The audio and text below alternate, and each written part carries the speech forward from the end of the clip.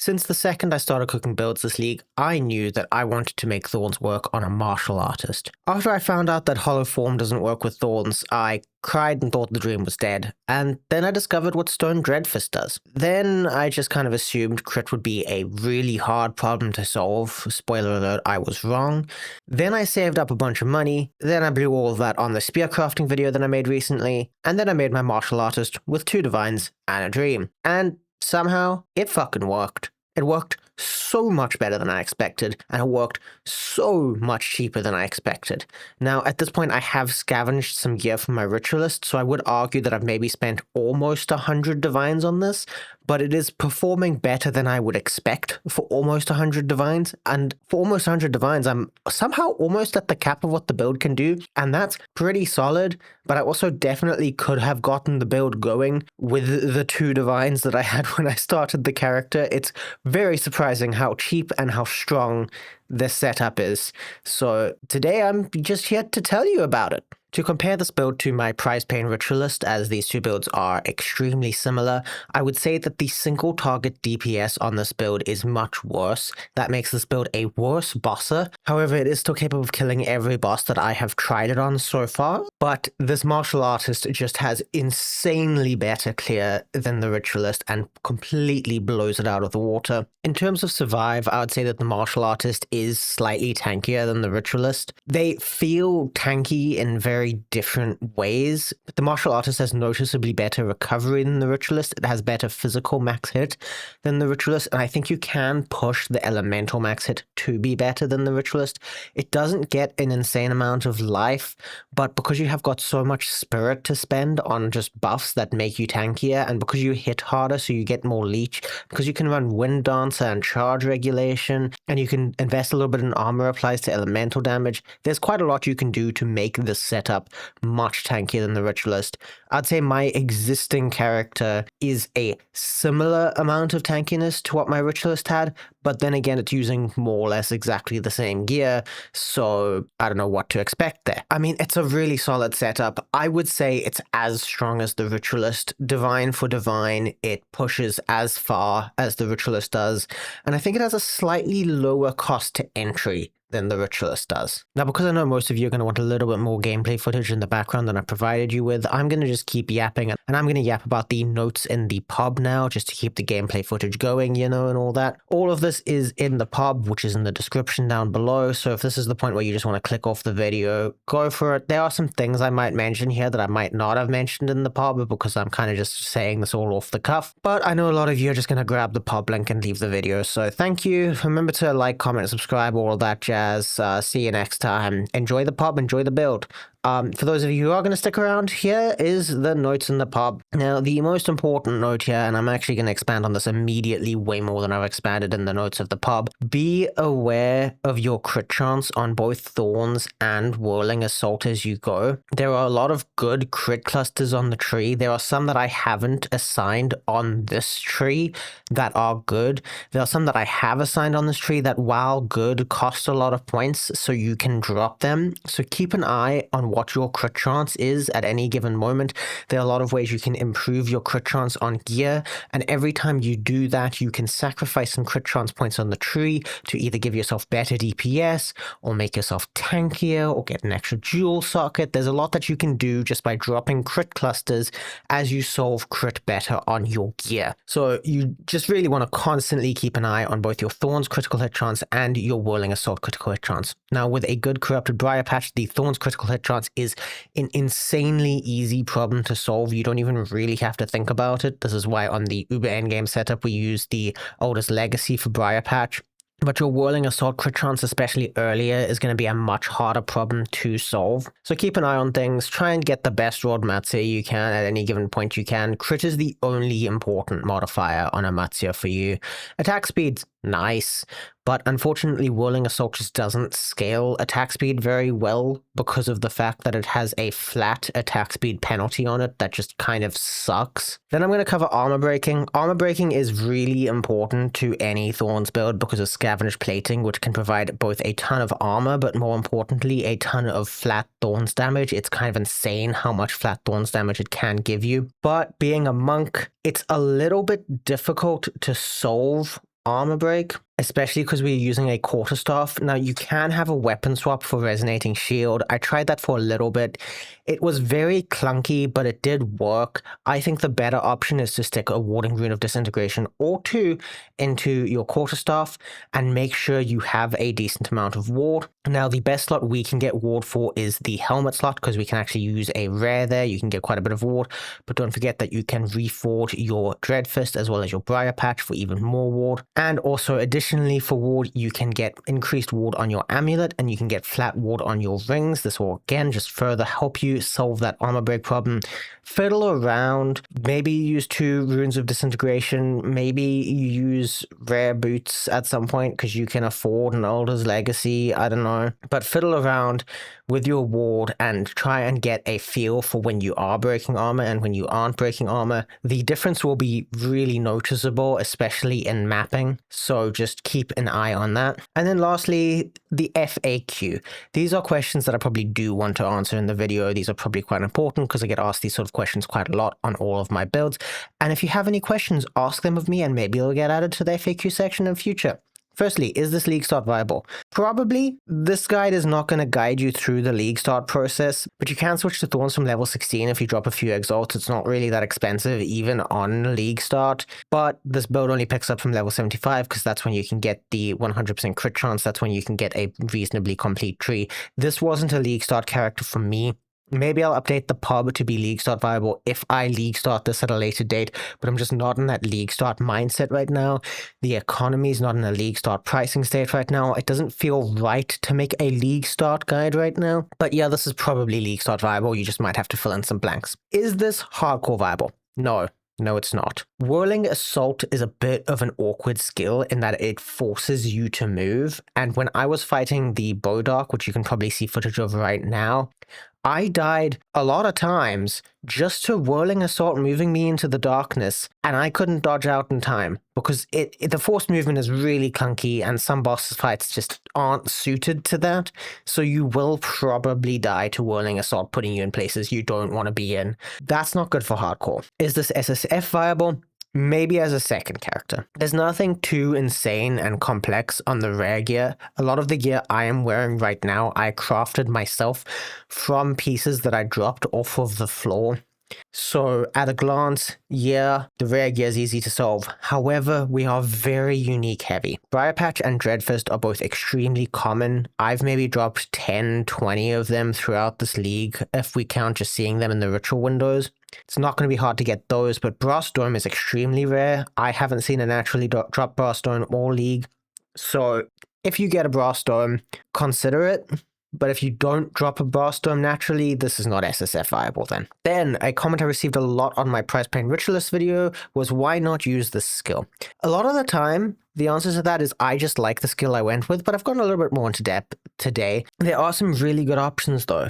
Firstly, Rapid Assault. It reduces the button requirement of the build by 1 by making you not require the bell anymore, and it also makes your armor break easier because it hits quite fast. But in my experience, you lose clear because you don't have that massive Whirling Assault AoE. And you also lose single target damage because you don't have the bell for multi-hit anymore. Then Shattering Palm, I tried that out this morning at someone else's recommendation. It's very cool. It looks very cool. It feels like budget Flicker Strike. I really, really like this actually, but unfortunately the DPS is worse. The explosion from Shattering Palm does not trigger Thorns, but it does trigger your bells, so it actually feels okay clear-wise. Not as good as Whirling Assault, but not terrible. But unfortunately, the attack speed is just lower. You can invest in attack speed and maybe solve that problem, but then you're losing investment in other things. So I wouldn't go with Shattering Palm if you want the strongest possible character, but if you want your screen to look insane at any given moment, Shattering Palm is very fucking cool. And then as for mace skills, these are very popular on the Ritualist, and for many of the same reasons, they are probably good on this setup as well. Especially with the Quacholi two-handed mace or Hog Hunt, you can get a lot of crit, and you can drop investment in crit basically completely, and you're already using a warrior split personality, so you're where you want to be on the tree. I just don't fuck with the current state of mace skills. I think they need some TLC. I know I'm going to get comments now saying maces aren't as weak as you think they are. That's true. Maces are much stronger than people give them credit for. The skills feel like shit. I don't care how strong or weak they are not fun. I really like to bonk things in video games. Maces are a fucking love of mine, but the skills just feel like crap in Path of Exile 2 right now. They need so much love. And then for talismans, there are some very interesting options. So interesting that I'm working on a build guide for some of those options, but you probably want to scale them very differently to this build, but maybe fuck around with some stuff, and maybe just hold out for my mana stacking martial artist Thorns build using talismans. And then lastly, why not prized pain? Well, that's because I've already made a prized pain build guide. Link in the description if you want to check that out. It's a totally different build, but it's also very similar, but it's also totally different. But prized pain ritualist is very fun. But this isn't a prized pain build. This is a Dreadfist build. It's a different build. So that's why I'm not using prized pain here, because it's a different build. You've probably had enough gameplay footage now, so now we can just take a proper good look at the pub. Vsauce, pub here. Let's take a look at this passive tree. I don't think I pull off Michael's intro that well. But before we do the passive tree proper, let's do the Ascendancy. Now, the most important thing to us from our Ascendancy is going to be Way of the Stone Fist. This completely enables the build. The build does not work at all without this. You will not be able to get the special version of Dreadfist that we are reliant on unless you have Way of the Stone Fist. Normal Dreadfist is garbage. You need this node. Secondly, and also pretty important, is Runic Meridians. Now, in your actual leveling, this is probably what you're going to actually want as your first Ascendancy, because it can provide just an insane amount of character power insanely early by giving you 5 extra rune slots. I will cover what runes you actually want later in the video. And then we have Hollow Focus and Hollow Resonance. These are kind of insane. They are also covered later in the skill portion of the video, but they basically just allow you to deal double, triple, quadruple damage depending on how many bells they are around you, because these bells can, for some reason, despite not having the melee tag, proc Thorns. Thanks for the bug, GGG. I appreciate it. Don't fix it. Please, don't fix it. I'm enjoying this too much. Don't fix it. Thank you. That's our Ascendancy. Now we can get into the tree. So firstly, we have the martial artist side of things, the monk tree. Out of the starting gates, we're going straight up for damage and skill speed. It's just going to make the build feel better. It's good stuff. You could just bypass, go the attribute surge here, save some points, but these points are all quite valuable. You're getting a lot of crit chance here. You're getting a lot of crit bonus here. Just enjoy it. Don't worry about it. Now, this is the budget tree. So in this budget tree, we have got critical exploit. This costs a lot of points, but it also gives a metric fuck ton of crit chance. This is going to be the first thing you drop when you have excessive amounts of crit chance, but you need excessive amounts of crit chance to make this droppable. Same goes for the Moment of Truth cluster here. This gives very little crit chance. It gives more critical damage bonus than it gives critical hit chance, but it doesn't give much of that either. This is also a kind of weak cluster that you're going to want to drop when you have enough crit chance. Until you have enough crit chance, enjoy. Coming up here, we get to our jewel slot. This is very important. You need this jewel slot because you need a split personality for warrior. Now, you can put split personality in the warrior side of the tree. It's an interesting situation, but it's clunky. Don't do that. Just put it here. You've got no reason to put it anywhere else. Then, Chakra of Thought. I really like this. It's basically just 8% more health.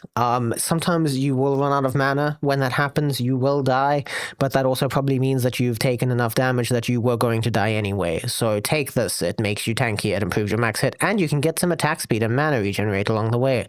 Note that I am not taking these notes. That is because 8% is more than enough with the current setup. Having more than that kind of just makes you constantly run out of mana, and that feels terrible. Then this whole cluster here, this is just insane for any Thorns build. Unfortunately, we can just path to it. We don't even need the From Nothing from Resonance. We can just go here. 20% crit chance, very nice. 10 dexterity, solves problems, wonderful. Crit chance leading up to it, crit chance after it, wonderful. Who wouldn't hate that? For the Jugular, 25% increased critical damage bonus. Who doesn't like that? That's a lot of damage.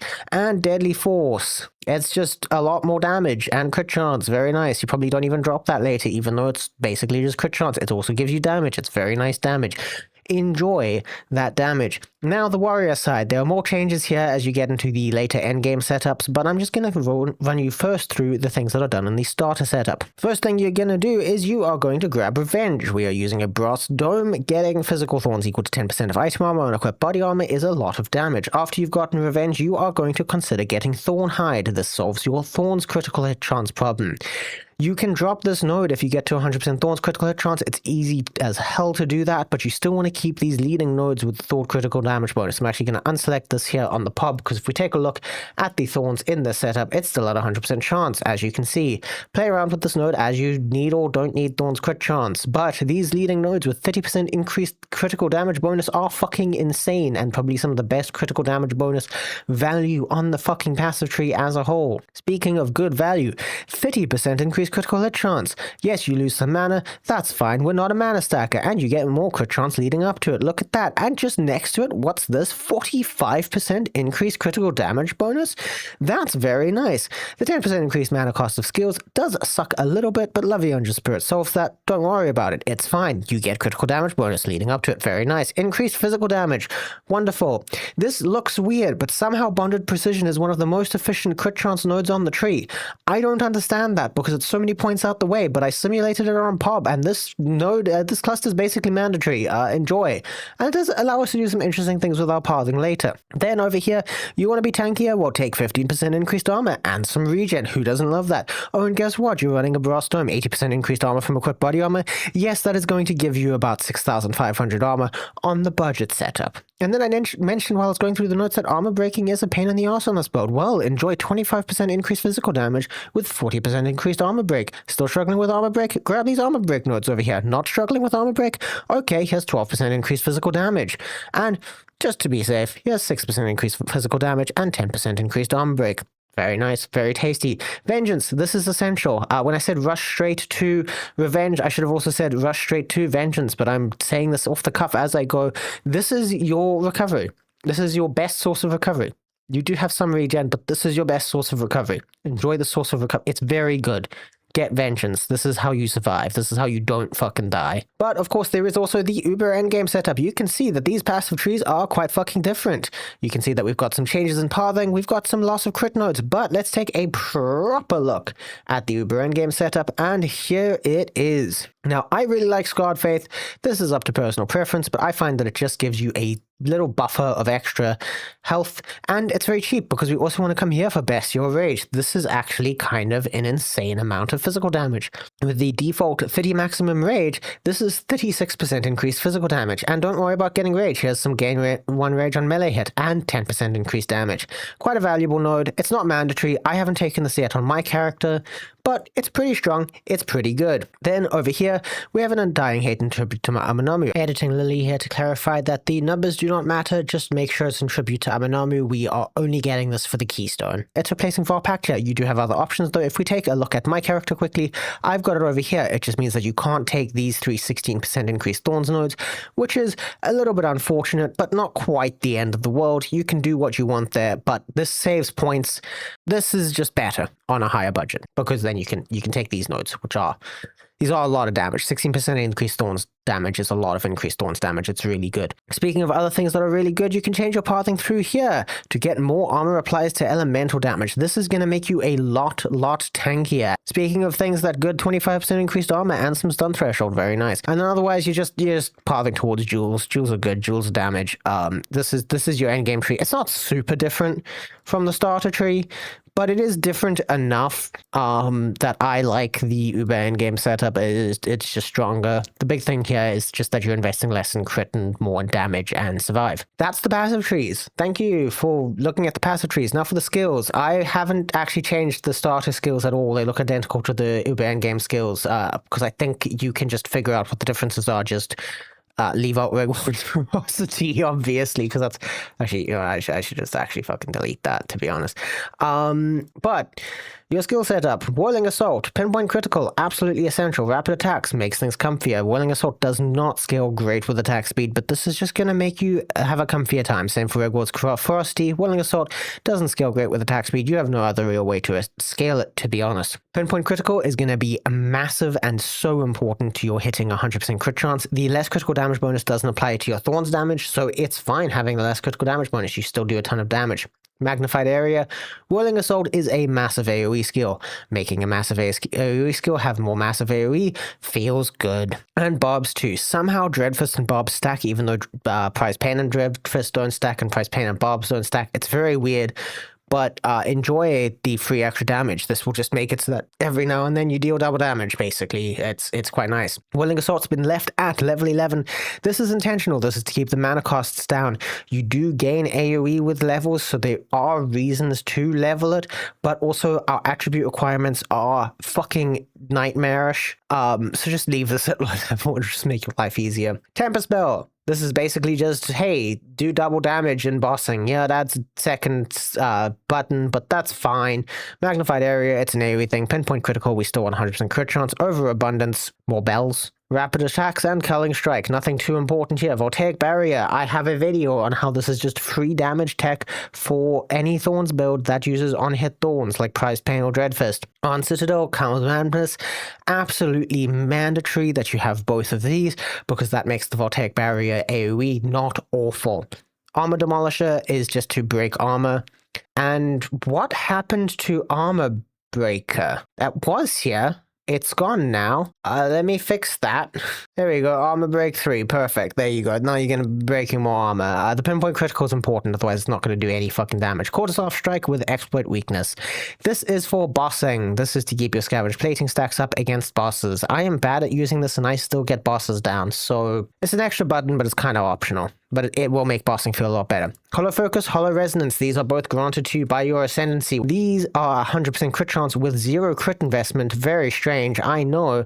The game doesn't tell you this, but it works. They always crit. I don't know why, but these are just free damage. What do we have here? Urk, Smelting, and Armor Break. This is just more armor breaking. We love armor breaking. Culling Strike for just killing stuff. Magnified Area for magnified area. It makes the AoE bigger. Cooldown Recovery gives you more bells. Who doesn't want more bells? Wonderful. And then Hollow Resonance, Magnified Area, who'd have thunk it. Culling Strike, Cooldown Recovery, it's all very good. Hollow Resonance has a maximum amount of times that the bells can hit. Cooldown Recovery reduces that. Perfect. And Armor Demolisher and Armor Break, because we have trouble breaking armor, and this solves that. Spirit Gems, Scavenge Plating, mandatory to absolutely any Thorns build. What do we put in here? We put Physical Mastery in here. I have actually just copied over the scavenge plating setup from my current character, and would you look at that, a totally revamped scavenge plating setup with Physical Mastery, Diala's Desire, and Uhtred's Augury. More levels, more good. Simple as. This is going to give you more damage. Who doesn't love more damage? It's free more damage. It's free real estate. These are expensive gems, so there is the budget setup for scavenge plating, which is this, which is exactly how my scavenge plating is set up. We can look at where, say, my character here, and we can look at scavenge plating, and you can see, oh, look, it's the same, because I just copy-pasted. Don't worry about it. Wind Dancer, Armor Demolisher, Armor Break, Quill Burst, Magnified Area. This is actually quite a good source of armor break, because Wind Dancer, even at level 12, does surprisingly a lot of damage. We leave it at level 12 simply because attribute requirements fucking suck. I made the mistake of leveling it up. If we look at my character and we look at Wind Dancer, you can see it's level 17. My attribute requirements, 128 dexterity. Shit's fucked. I actually want to cut a new Wind Dancer so that my attribute requirements are lower. I had to get attributes on my fucking rings. Keep your Wind Dancer at level 12, don't make my mistake. Charge Regulation. This is just less damage taken. We leave this at level 18, not 19. There is no difference between 18 and 19. There's a slight buff at level 20, but attribute requirements, shit's fucked, so just leave this at level 18. Vitality gives you regen. This is just a way to spend excess spirit. It's not important. Thorn Skin. This is important. It's 70% increased damage. Get this in something. It's important. Clarity. This is just a way to spend excess spirit. You're going to have a lot of that with Matsia. Matsia solves spirit wonderfully. And then Time of Need. This is also kind of just a way to spend excess spirit, but it's also a space for us to slot in Thornskin 1, also very important, 40% increased damage, who doesn't love that? Stick in cooldown recovery on here, and you're going to get a little bit of regen and a kind of-ish ailment immunity. It's really helpful, actually. It's really good. Get this. Again, just a way to spend excess spirit, but we've got a lot of that, and Time of Need's very comfy. Anyway, items. I have the Uber endgame setup here. This is all your perfect items. These are what perfect items would look like, except the charms. This is just the charms and flasks that I have in my build. I just copied over. This is an important spot to talk about your sockets. Your most important socket is going to be the split personality. It allows you to allocate from the warrior starting point. Last I checked, pretty cheap. But this is going to be one of those mandatory starting points, and especially on a league start situation. I know I said this build might be viable in league start. This is going to be kind of expensive early league. It's I mean, you can make the build work without it, but you're going to need a lot more points. Get the split personality. It's really good. Next most important thing, Heart of the Well. All we really truly care about here, and this is my Heart of the Well here, this isn't even one theoretical best in slot one that I've put. This thing cost me like 30 exalts. Gain physical Thorns damage equal to 5.63% of item armor. This actually rolls up to 6%. This is just the rolls that I got. It's free damage estate. All max res, just gonna make you tanky. It's free tank estate, and then crit hit chance, crit hit damage bonus. Good stuff. It's just gonna make the build stronger. I'd say your split personality and your Heart of the Well are your two most important jewels. The Heart of the Well, the most important role is going to be the gain physical Thorns damage equal to 6% of item armor and equipped body armor. But the other rolls are good too. Next most important jewel is probably the Prism of Belief for Scavenged Plating. This isn't my one. I only have a +2. +3s are kind of expensive. Hi, Editing Lily showing her face again. I simulated while I was editing this video and I discovered that a rare jewel is better than a +2 Scavenged Plating's Prism of Belief. So only get Prism of Belief if you can afford a +3, otherwise any sort of half-decent rare jewel with global physical damage and increased Thorns damage is actually going to give you more damage. I should really replace my Scavenged Plating Prism of Belief because my 1 Divine Unique jewel is worse than a 1 Exalt rare jewel. Prism of Belief's not that important, but it is going to just make you stronger. Next most important jewel, the Undying Hate. This works out too. If we come and take a look at the buff over here, it works out to just 20% less damage taken. Who doesn't like 20% less damage taken? It's very nice. And then rare jewels, you may have space for this, you may not. I don't have any rare jewels in my tree right now. The most important things here are going to be the increased damage and the 2% increased strength. I've got 2 jewels here, so you can see sort of like a priority of what stats to get on your jewels. You can get 20% increased armor, it's good. You can get 15% increased amount of life leached, it's good. You can get increased global physical damage, that does the same thing as the increased Thorns damage, just it has lower rolls. You can get break increased armor, and you can get percentage of skill mana costs converted to life costs. All of these things are going to be good. Just get 2 jewels with whatever's good. Increased attributes are actually going to be important though, because it's really hard for us to hit our attribute requirements. Now, I'm not going to keep covering the best in slot jewels and gear and stuff. I'm going to go to the starter gear, because this is where I've got gear priorities, which is very important. And this is where I can tell you about what the mandatory uniques are. Now, Dreadfist, it's in the title of the video. It's part of the name of the build. Of course, it's fucking mandatory. This is my Dreadfist. It cost me 7 exalts. There are different Dreadfists you can get. I spent a lot of time getting that 2% critical hit chance. I spent a lot of time getting that perfect roll. Hi, Editing Lily here again, just to let you know that the rolls on a regular Dreadfist do not translate over to the Fist of Stone Dreadfist. So to get good rolls, all you can really do is buy up like 100 different Dreadfists. Maybe that's a bit excessive. I think it took me about 20. And then equip them, see what the roll is, and sell them if it's bad, and buy more. And just keep going, keep cycling Dreadfists until you eventually get the one that gives you the crit and damage rolls that you want. It took me a really long time to get a Dreadfist that I'm happy with, and mine is still not quite perfectly rolled. The one in this video is actually, I slightly edited the numbers in POB, but it's a 1.9% crit and it's a 27% bonus. It's quite expensive and complicated to get a perfect roll one. You can resell all of the Dreadfists that you buy. I've actually made a profit basically flipping Dreadfists accidentally, but the initial upfront cost of just buy, sell, buy, sell, buy, sell until you get the perfect Dreadfist, it's going to cost you a lot of gold. It's going to cost you like a few hundred exalts, but eventually you're going to get one that's good. But you can get a half-decent Dreadfist for 1 fucking exalt. Just do it. Burstdome, fuck tons of damage, mandatory. Briar Patch can be replaced with Rare Boots later. However, when you replace it with Rare Boots, it's because you have got an Uldo's Legacy, which costs an arm and a fucking leg. So use Briar Patch early, corrupt it for good crit chance if you can. These are my Briar Patches. These cost me not that much to craft. Next up, Mutsya. This is also an essential unique, simply because it is the highest crit chance quarterstaff that is going to cost you less than a divine. It's good enough crit chance. I was simulating how much crit you could get with a minimum crit chance roll on this staff, and I'm at 98.82%. But look at this. You can get up to 16.10% flat crit chance instead of 14%, and it just makes it easier to hit 100% crit chance. The only stat we care about here is the crit chance. Nothing else fucking matters. I mean, the attack speed's not terrible, but nothing else fucking matters. The skill reservation efficiency doesn't have a roll range, so just look at the crit chance when you're trading for this. Love 100 spirits, not mandatory, gonna make life easier. get one of these. They're not even that expensive. And now we get to the rare gear, where I've done some gear priorities like I always do in my build guides. For example, here's your helmet. What's your most important stat? That's right, it's resistance. What's next? That's right, it's ward. What's next? It's crit chance, because getting crit chance is important to this build. It lets you drop some shit on the tree. What's next? Life. Yes, we like not to die. What's next? Armor. Armor is our survivability layer. It's out of main defense. It's not as important as life, ward, or crit chance, but it's good. Amulet, what's important here? Resistance. Resistance is always your top priority on everything. If you're not resistance capped, you have a skill issue. Then, we like crit chance and crit bonus. It makes our tree cheaper, it makes life easier, it's free damage, it's great, good stuff. Percentage life is better than flat life, both are really good for your survive. And then armor is also good. Spirit is also nice, I just haven't worked that into the guide, because we have so much fucking spirit thanks to Matsia. You can get every spirit gem you need and more.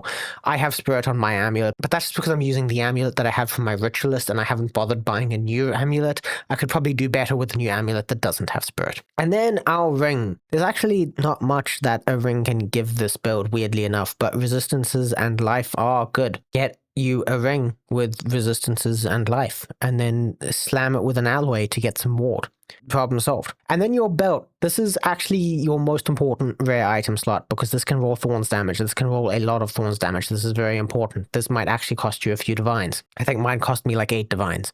Thorns damage, most important thing. Resistance, next most important thing. You can get a lot of resistances on a belt this league. Life, next most important thing. Armor, last most important thing. Belts have very few things that they can roll. These are the important ones. Get yourself a belt with these things. It's not going to cost you that much. A nearly best in slot belt is going to cost you about 10 divines. If you decide to craft it, it's going to cost you about 100 divines. Just buy one. Just fucking buy a belt. And lastly, our runes. Now, I almost forgot to include this in the video entirely, so count your chickens, consider yourself lucky that this is here at all. I consider myself lucky that I remembered before shipping this video. That would have probably not been great to not include an important part of the build in the build guide. But the important thing to note here is that there is a reason we are looking at the notes section of the POB, and that is because POB doesn't support runic meridians properly yet. I've added extra runes to all of the items in the Urba endgame setup, but I think it's just easiest to read the notes here to get a proper idea of how you should rune your items. Now, to start off with Thorns, the greater runes of tithing are usually your best in slot. They give 1 to 100 lightning Thorns damage. While we don't scale lightning damage because we are doing primarily physical damage, it is just extra damage, which is nice, and it also does let you shock, which is also extra damage, which is also nice. You don't need that many of these to reliably shock, but the more the merrier is essentially the case. But there are other good rune options as well. Some of these can be put into runic meridians, some of them can't. I'm going to start us off with the helmet. The greater ward rune is a solid option. This cannot be put into your runic meridians, but it can be put into your helmet. This will be scaled by quality. This will be scaled by sovereign alloy. This will just give you extra ward, which will also allow you to break armor easier. It's quite valuable. It's quite useful. Use this. And then similarly, not slottable into your runic meridians on body armor is the rune of foundations. This states that it gives you plus 30 armor, but it is scaled by the increases to armor on your body armor as well as quality, so it actually works out to a lot more armor than it states, and armor on equipped body armor is damage for us, so it's a massive damage boost and a massive survive boost. Rune of Foundations in your Brass Dome is mandatory. For your second and third slots in the Brass Dome, Greater or Perfect Iron runes are amazing. Again, more armor in your body armor is more damage, and these, in my experience, make a bigger difference than Greater Runes of Tithing, specifically in the body armor slot. However, Greater or Perfect Iron runes and Rune of Foundations will not work in runic meridians, so for there, you can use Greater Rune of Tithings, but you can also consider an Emergent Instinct, which makes your Thorns damage lucky. This will give you a lot of extra damage. And then lastly, for your armor slots, I'm skipping over gloves, just use Greater Runes of Tithing in that. Is your boots. You're probably going to want to use Greater Runes of Tithing in your boots as well, because the two alternate options are kind of expensive. I think Farouz Runes of the Chase are surprisingly cheap this league, but they're also not that strong. It's just 5% movement speed. If you want to move faster, use it. If you don't want to move faster, that's okay. And then what would cost you an arm and a leg is the Legacy of Briar Patch. Now, the Legacy of Briar Patch needs the Elder's Legacy rune to extract the modifier from your Briar Patches. If you have this, you don't actually have to use the Briar Patch boots, so you can use rare boots, but this will set you back a few hundred divines I can't afford this. Some of you will be able to afford this, some of you won't. If you can afford this, wonderful. You can get some really nice rare boots now. And then weapon. You don't actually want to run a Rune of Tithing in your weapon because it doesn't do anything for us when it's in a weapon. When it's in armor, it does, but not in weapons. What you want in your weapon, most importantly, is the Warding Rune of Disintegration. This gives you armor break. This is our chosen source of armor break and is mandatory, otherwise you will not break any armor and your scavenge plating will do nothing. You can run 2 or even 3 of these if you are struggling with armor break, but if you are running 1 and having a fine time with armor break, your alternate options for runes are to start off with Sakharor's Rune of the Sky and Venomous Rune of Agony. These both function very similarly to each other. One gives damage as extra elemental and one gives damage as extra chaos, but they give you a similar amount of damage. I know one says 13 and one is 5 of each, which is 15, but chaos damage generally enemies have less resistance to, so 15% extra elemental and 13% extra chaos both function more or less the same. These are equal, you take your pick. And then the Soul Core of Azkapa can give you extra spirit if you need it. Obviously we are running Matsya, we have spirit running up the walls, so you may not need this, but if you want just extra spirit stuff, Soul Core of Azkapa is great. And then usually in most of my builds, I recommend the Greater Rune of Alacrity because that gives you skill speed, and skill speed is very nice. But skill speed scales a little bit more awkwardly with Whirling Assault, so I'm not sure that I actually do recommend that one, but it might make the build comfier by making you a bit faster. Consider it, but it's not in the guide for a reason. And now we can jump to Outro Lily. Thank you very much, and goodbye. Before Outro Lily handles the outro, she actually also has to handle the Instills, and yes, that is Instills plural. In the Uber endgame, we're going to want a Raven-touched helmet for just a little bit of extra goodness. You have 2 Instills that are good for 2 different reasons. Firstly, the tanky option is Gem Enthusiast. This is 5% increased maximum life, 5% increased maximum mana, and 5% increased maximum move speed. You just have to make sure that you have 10 of each color of support gem. That's not going to be too complicated to do, and you have the attributes to reach that. Enjoy the move speed, enjoy the life, enjoy the mana. Your second option, and this is the attack option, is Dangerous Blossom. This is 10% of damage as extra physical damage. This is just 10% more damage. It's very good. You don't need the Raven Touched helmet. Raven Touched helmet is just good. But just pick one of those for your amulet, and when you've got 100 odd divines to just throw out a problem, then you can Raven Touch your helmet. Don't worry too much about this, but it's an option. Think about it. And now, Outro Lily can do the outro, and that is me. Thank you everyone for watching the video. It has been wonderful to have you all here. I hope you all enjoy the build. For those of you who try it, those of you who don't try it, I hope you found this video interesting. Maybe it'll help you with your buildcraft in the future. Thank you very much. Appreciate you all, and goodbye.